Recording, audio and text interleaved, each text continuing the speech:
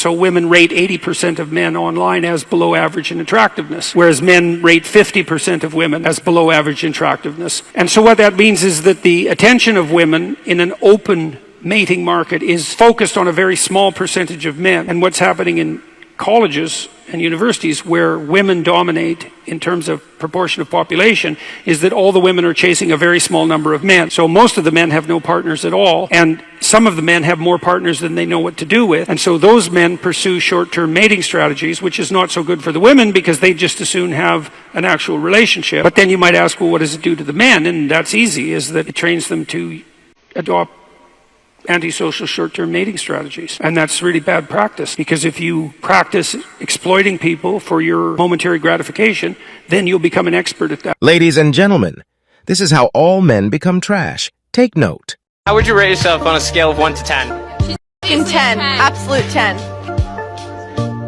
I disagree. I disagree that you have no bitches. Have a nice day, sir. You disagree that I have no bitches, so I have bitches. All right, thank you. Please keep in mind that she is a 10, she is flawless, she is incapable of making mistakes, and she has nothing to improve about herself. So you said women or men are trying to improve? Women. Women? Okay, did you say, what did you rate yourself on a scale of 1 to 10? A 10. Okay, how does that make any sense? How are you going to improve if you're already perfect? I mean, nobody's perfect, but you said 10. I 10 is myself. perfect. 10 is perfect. Because I think I okay, look you good. think you're perfect, but you also said women improve more than men. How are you going to improve? Women try to improve, like... How are you going to improve past 10? You asked me what did I rate myself. You said 10. So how are you personally going to improve past 10? But women as a nutshell. I'm saying you're a woman, so how are you going to improve past 10? I'm going to keep striving, making sure that What's I'm just past 10? Sure. What's past 10? What do you think? On a scale of 1 to 10, what's more than 10? Nothing. 10 is okay. the last. She's completely lost. She and her army of feminist bots are allergic to logic and reason. It's a foreign language to them. Hold on, let's use her logic against her. Question for you real fast. You want a man that's stronger, taller, more ambitious, and makes more money than you, I would assume? Yeah. You would? Okay, what if I called you a dumb bitch that's broke? How would that make you feel? That'd be incorrect. Fantastic.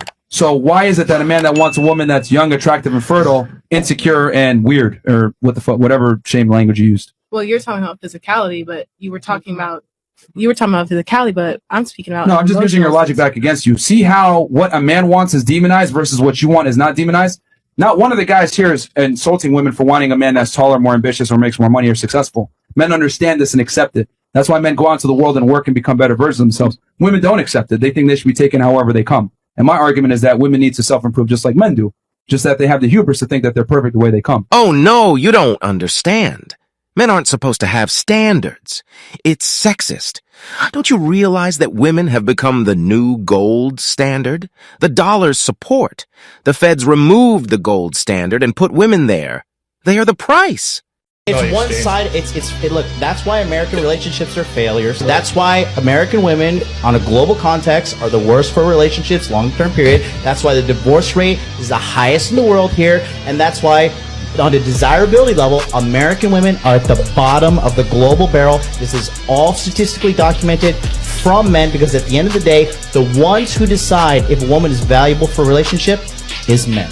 Well, the man is the person that's going to have to, obviously, propose and buy the ring and all that stuff. And give them the ring. Real quick, I just want to have everybody answer this. No, that's a lie. Western women are the best. They are strong and independent, and they don't need men to survive. They are happy being single, and they are very successful. Men are weak. You can't hop in bed with a guy after a coffee date and expect him to see you as wifey material. That's not how it works. No matter what the weird Netflix show you've watched that promises you 5 years down the road, he'll say you're his soulmate, blah, blah, blah, blah, blah. It's a bunch of lies. Okay.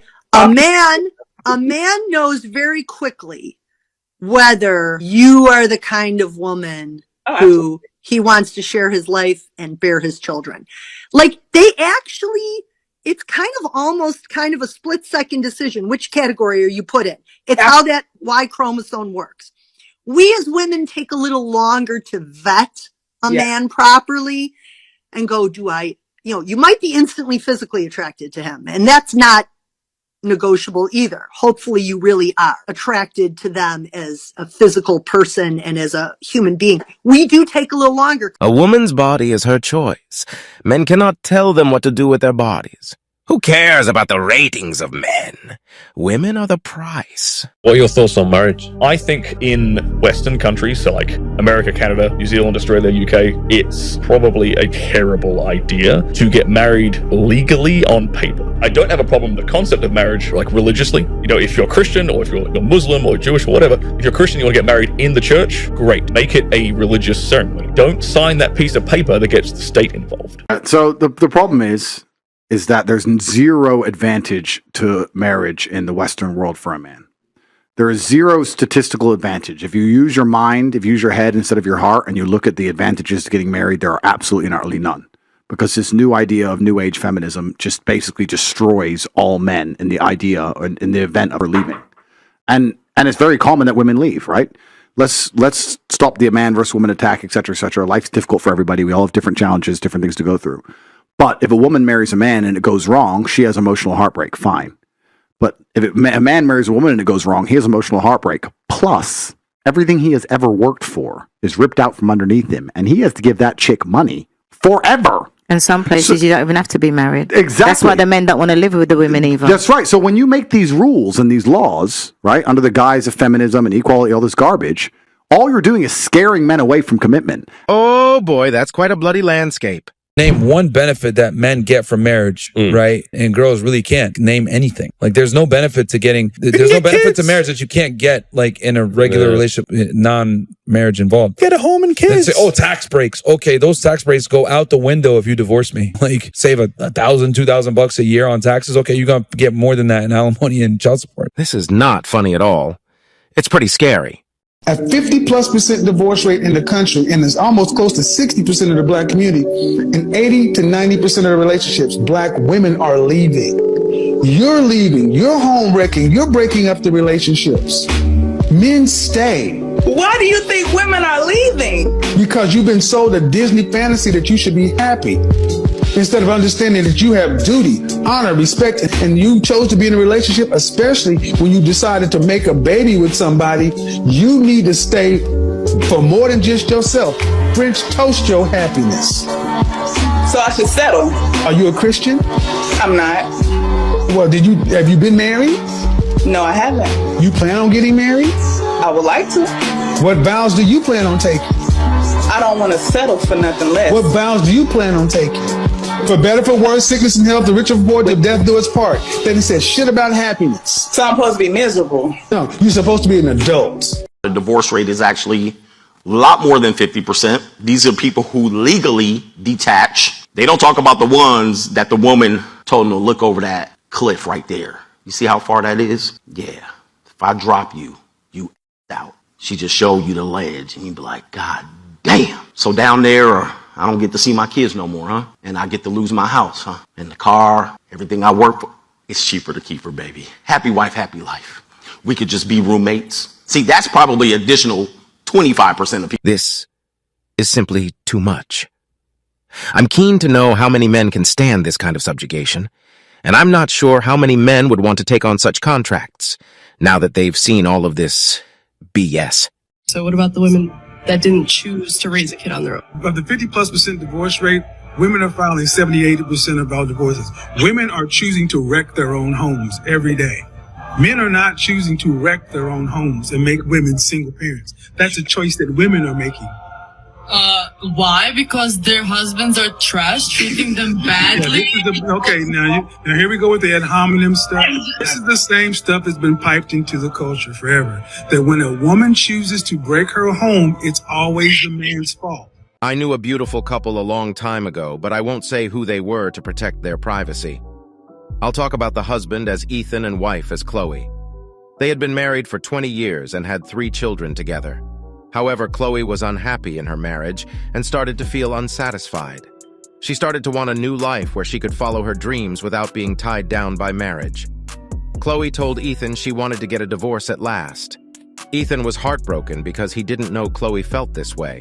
He begged her to stay and said he would change and do whatever it took to save their marriage. Chloe, on the other hand, was determined to leave. She thought she had done enough for her family and that it was time for her to focus on herself during the divorce. Chloe fought hard to keep their children with her. She said that Ethan was too busy with work to give them the care they needed. Ethan was heartbroken. He loved his children and couldn't imagine not seeing them every day. Chloe started a new life. She moved to a new city, took up new hobbies, and started dating again after her divorce.